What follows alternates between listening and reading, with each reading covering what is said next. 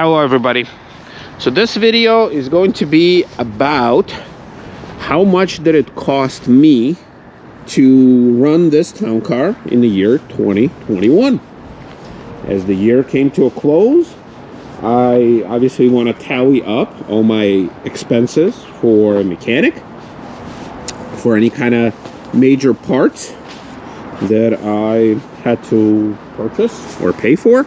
Oh my God, I did. I just realized how bad I parked as far as running off of, running on some sort of a shrub. But anyway, yeah, how much did it cost me to keep this running as far as like the repairs go, any major parts? I will be excluding stuff like oil changes because I didn't keep the receipts. But there's a few things that obviously over the course of the past year I had to spend money on.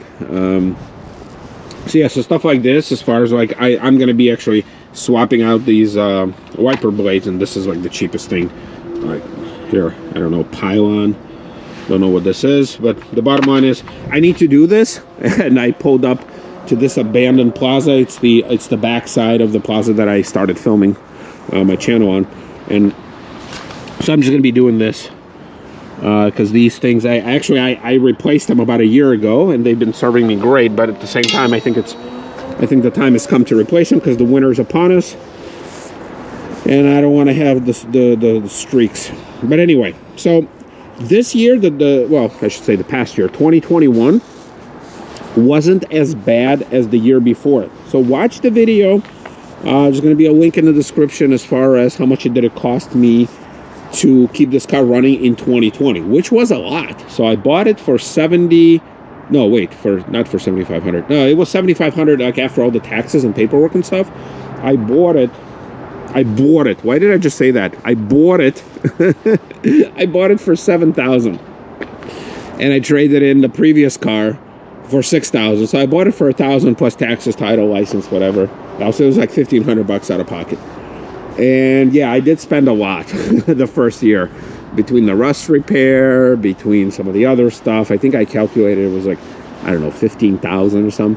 This past year, I keep saying this year, it wasn't that bad, but it still cost money. And I think I kept all the receipts for all the major stuff, and we're going to be exploring it. So let me swap out these blades, and I will be switching to, my computer screen. I'll scan all the receipts, and I'll do a voiceover, and I'll share with you. We'll tally it up, and then we'll have a tally of from the year before. So we're kind of going to have a grand total. All right, here we go. All right, folks. So we transitioned into into the computer world. So we're going to be looking at all my bills starting from the beginning of the year. And I'm happy to report that the first bill over here is not until August. So from the last video that I posted about how much it cost me to run my car in 2020, I haven't had anything until August. So kind of happy to report that. Now, as you can see right here, it's the front pads and rotors and an oil change. Now, I usually don't record or don't consider expenses like that because I don't care what kind of car I drive. I will still have it, but I did keep the receipt for this one in particular. So it did end up costing me $340. So we're counting it in, and as you can see, I don't have that many expenses to begin with. So all right, so moving down, we transition into September 16th. This is where I went to the Libertyville Lincoln. It originally started with this complaint that the climate modes, the customer states will not switch climate modes correctly. Modes are mixed up. Defrost and dash equals feet. Temperature does change correctly.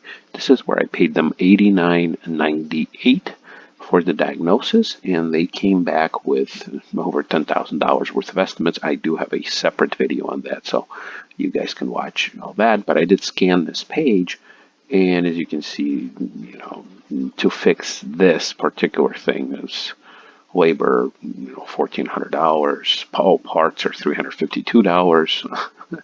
The blend, whatever, defrost, recirculation, blend door motor But yeah, it's expensive and it's back ordered, and obviously I'm not going to fix that. So this is where $89 came through, and then they diagnosed, as you can see, yeah, all this stuff.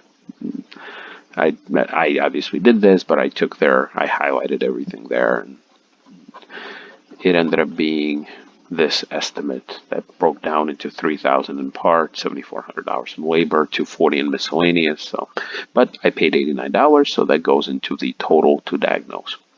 Then after that, once again, a few months of silence, and then November 4th ended up being install my fuel tank for $380. And just to compare, so here I paid $380 for a new fuel tank. Now this is including the labor and the part. And then if we scroll up here, I do remember they were quoting me something, fuel tank right here, rotted, leaking. So it ended up being the truth. But look at this. They would have charged me $798 for the part, $582 for the labor, and $50 for whatever the miscellaneous is. And it would have been $1,430. So you tell me, which number is better? This number or this number? I think we all agree. Now, did this mechanic do something that the dealership wouldn't do, or didn't do something that the dealership would do? Maybe, but they ended up with the same result, and whether they would have used fancier tools, or they would have washed or vacuumed my car at the end of it, or they would have provided me with a free rental, which, oh, by the way, I guess I did end up paying for the rental car, so I did not put that in here, and you know what, I didn't have a receipt. So maybe at the end of this video where I transition into how much the grand total is, I will dig out my enterprise receipt. I think it was like $140 on top of that, but hey, I could have rented a lot nicer car for the $1,400 that they quoted me. So it was $380. And then the last thing was in the beginning of December, right up here. So this is install gas tank valve, or valve, I don't know, I think they misspelled or maybe shortened. So this is for the labor, and then this was the part number that I provided. I bought it off of whatever the website I used. It was $35 plus $14.49 shipping handling, additional $49.58 add together with this, and it ended up being $199.58. And that's it. These are all expenses, minus the rental car, so I'll have to dig out. And I think it's somewhere around the line of about $1,000. I will tally everything up in the next little segment, and that's how much it cost me to run my 2006 Lincoln Town Car for the year 2021. A lot less than in 2020, I tell you that much. But check out that video too, because obviously I will have to combine them all together, and let's see what 2022 will bring. Thank you, everybody.